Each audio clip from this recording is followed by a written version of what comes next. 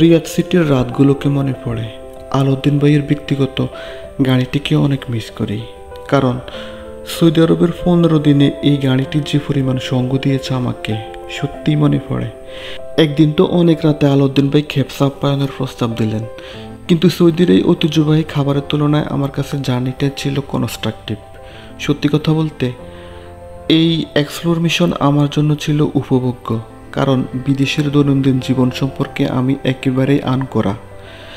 যখনই আউটডোরে যেতাম মনে হতো বিদেশ ভ্রমণের এই অসাধারণ অবসর আমার জীবনে হয়তো আর আসবে না। তাই এখানকার কালচার, প্রশাসন, নিয়মতান্ত্রিকতা, শৈল্পিকতা, কৃষ্টিময় সংস্কৃতি, সরকারি অধিবেশন, ধর্মীয় অনুশাসন, নেতিবাচকতার অপসারণ, এসব কিছুর ব্যাপারে আমাকে ওয়াকিবহাল থাকতেই হবে। সেজন্য আলাউদ্দিন ভাইকে একের পর এক কৌতূহলী প্রশ্নের স্রোতে ভাসিয়ে দিয়েছি।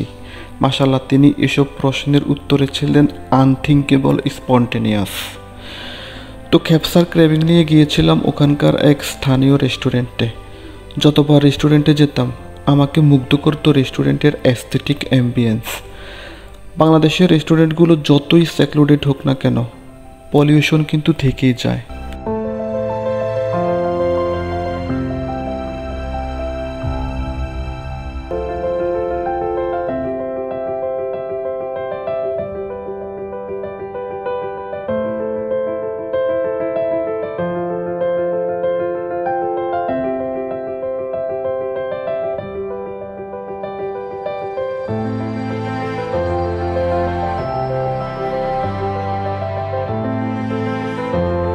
যাই হোক, পঞ্চমবারের মতো খেপসার মুখোমুখি হলাম। আসলে খেপসা নাকি খেপসা, আমি এই উচ্চারণে কিছুটা সন্দিহান, কিন্তু অবিশ্বাস্য হলেও সত্য যে আমার কাছে এই খাবারটি একদম ভালো লাগেনি। অনেকেই হয়তো জানেন যে এই এক্সপেন্সিভ খাবার সেখানকার সবার কাছে মোস্ট লাইকেবল ফুড, কিন্তু আমার কাছে ভালো লাগেনি। এবং সেখানে যারা যারা আমাকে এই খাবারটির সুবিশাল থালার সামনে বসিয়ে দিয়েছেন আন্তরিকভাবে, আমিও আন্তরিকভাবে দুঃখিত এভাবে বলার জন্য। তবে হ্যাঁ, এই খাবারের সাথে যে পাতাগুলো দেওয়া হয়, জিরজির পাতা, সেটি আনকম্পেয়ারেবল এনার্জেটিক।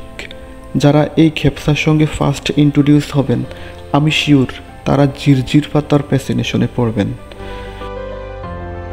এই খাবারটি সৌদিতে অনেক জনপ্রিয়। কারো বাসায় যদি দাওয়াত থাকে, এটা নাকি থাকবেই থাকবে। এটি মূলত ইয়েমেনি খাবার এবং আরব দেশগুলোতে এই খাবার নাকি ফরেনদের জন্য সুপার অ্যাকসেপ্টেড।